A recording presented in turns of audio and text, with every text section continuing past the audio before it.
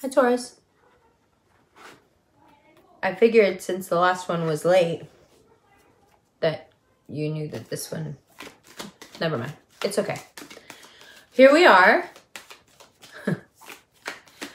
So, you know when you tell a Taurus to do something and then they don't do it for 2 more hours or 2 more years or 2 more decades because how dare you ask them what to do? I am also like this. 7 of Pentacles. Financially, starting in about a week, things get very, very good. They're already good. You're already getting all the offers that you want, especially if you didn't have any at the beginning of the month. But the only real thing you're supposed to do right now is communicate, and communicate from a place of feeling equal to someone else. Communicate from a place not of wanting control of the situation, but just wanting to enjoy it. Something that the other person in this equation has put a lot of time into already. They may be an air sign. 2 of Swords.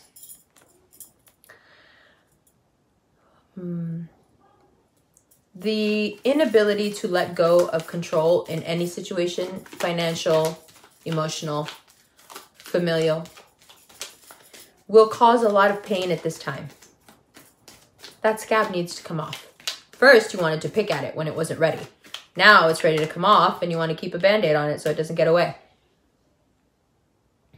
That's 2 air sign cards now. Page of Swords and the child on the horse being the Gemini. So either dealing with the Gemini or it's that Leo energy. It's that sun energy. Everything bright as soon as we relinquish control. Needing control will keep you in that 2 of Swords energy for sure. For sure.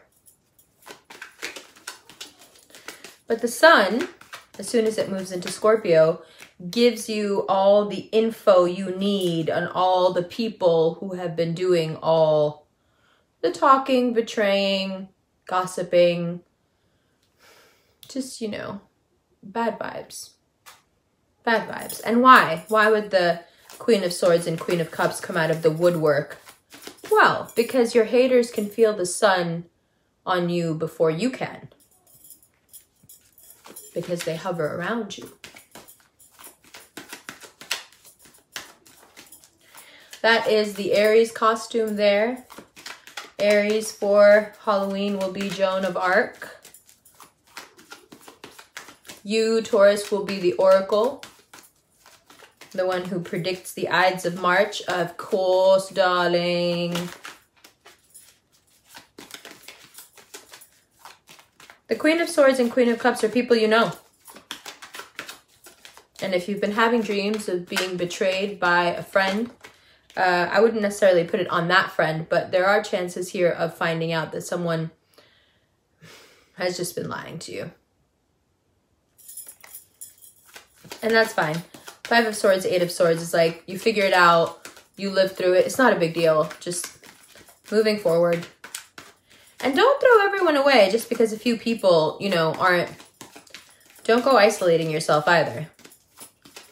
Which is also the 8 of Swords energy. So you find out something unpleasant and you want to hide, and now you're wondering, well, I'm hiding. Where's my video? Well, if all that was going to happen until this point is you need to go hide because stupid people are going to come out of the woodwork, not much to make a video on. And plus I had the flu. So, 8 of Swords. Yeah, it's unfortunate. But so what?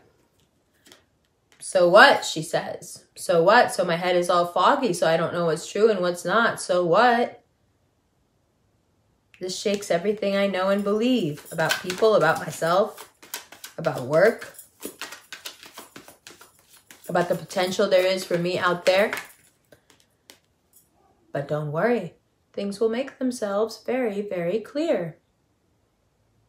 in just a few weeks, that new something, that new person, that new job, that new venture, that new friendship, that new interest, that new hobby, whatever it is, that energy of wanting something different, wanting something, anything, just wanting something, feeling good about actually wanting something, having a desire.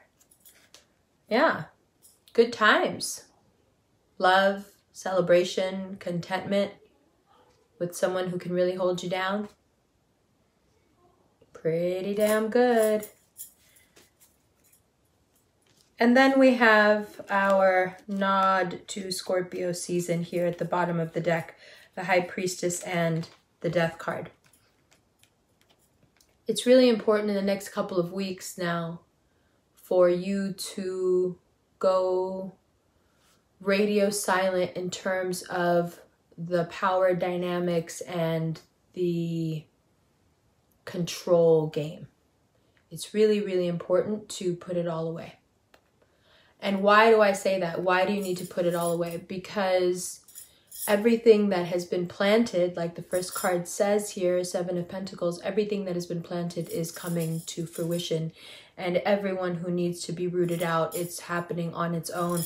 And everyone who needs to come in and all the ideas that need to come in and replace the confusion are also happening on their own. So, you know, the art of Wu Wei, the Taoist concept of not forcing anything, of really, you know, sitting back and watching things come to you, and then having the very secure, beautiful feeling that because it came to you, it is for you. That is what this lead into Scorpio season is about. And it is what will carry you at least into the first week of November.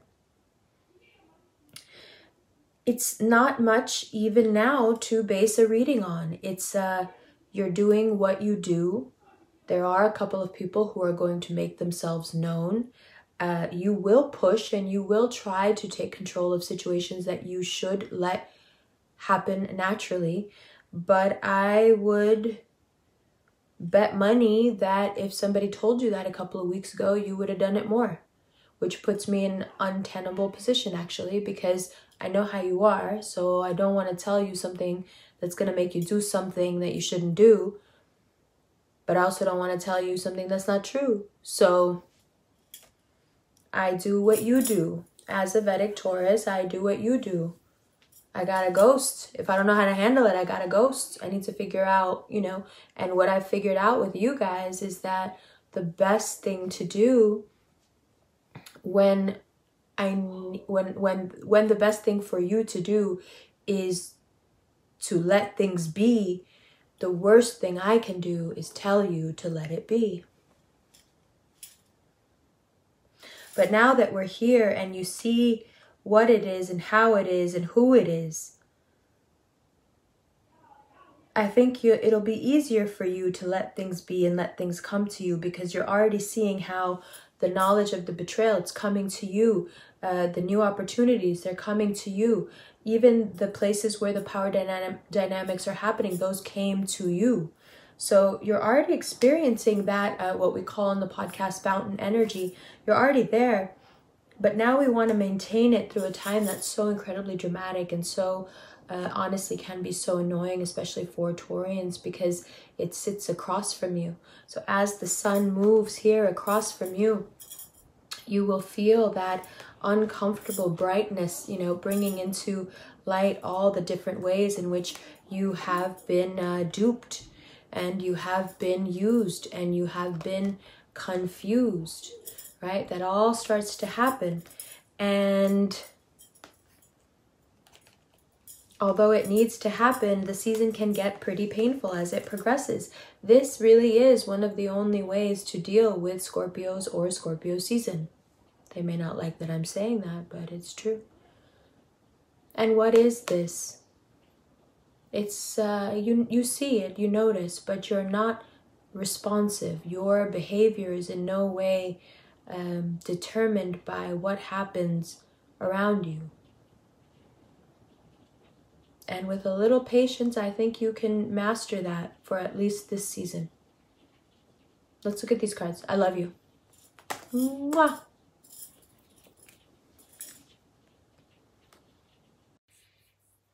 Hi, Taurus. Okay. So you can see that the overarching theme of the next 30 days is about relinquishing power,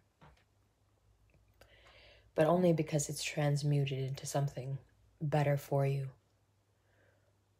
The way that the seeds were planted, the way it has moved so far, it has had its advantages.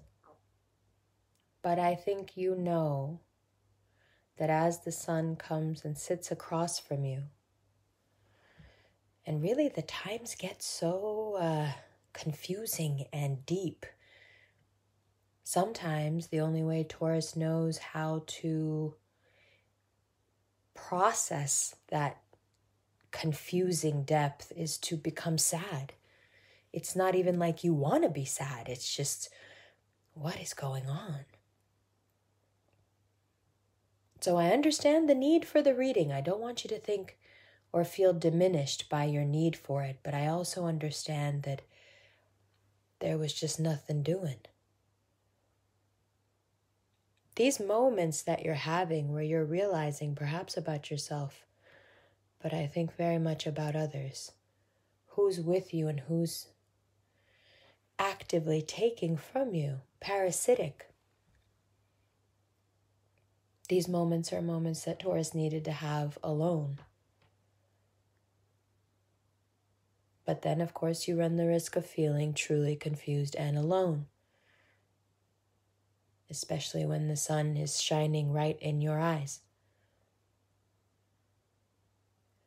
But rest assured that although transmutation is difficult and scary, and nobody, let alone the beginning of spring, wants to go down to the depths. Nobody, Taurus, not even you, are comfortable, fixed earth, with the idea of fixed water. You may at this time only be able to escape the feeling of drowning by rising dimensionally above it all, because anyone who is in this plane is going down deep. Regardless of how you find yourself here, the end of October into the middle of November shows you in concrete ways that you can feel deep down in your soul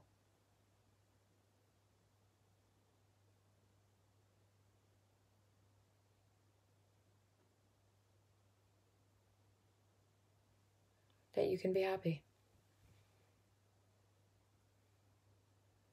that you are loved,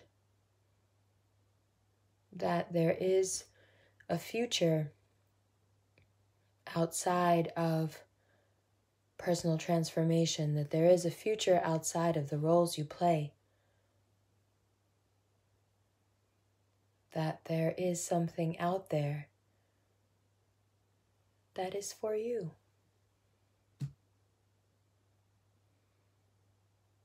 Just be careful, Taurus, that when you get the thing, right, when you get here and you feel it, just be careful you don't turn it into a drug, okay? There's always going to be that risk. This is going to be a fun extended. I love you. I will see you in just a second. There will be a link below for the party that's on November 11th, 11/11 in Bushwick at Wild Oleander. You can buy tickets at the door. You can buy tickets beforehand. You can buy a package where you actually buy the ring, and the ticket entry is then free. Come hang out. Do what we do. Listen to the SoundCloud playlist. You know how we do. See you in a second. Love you.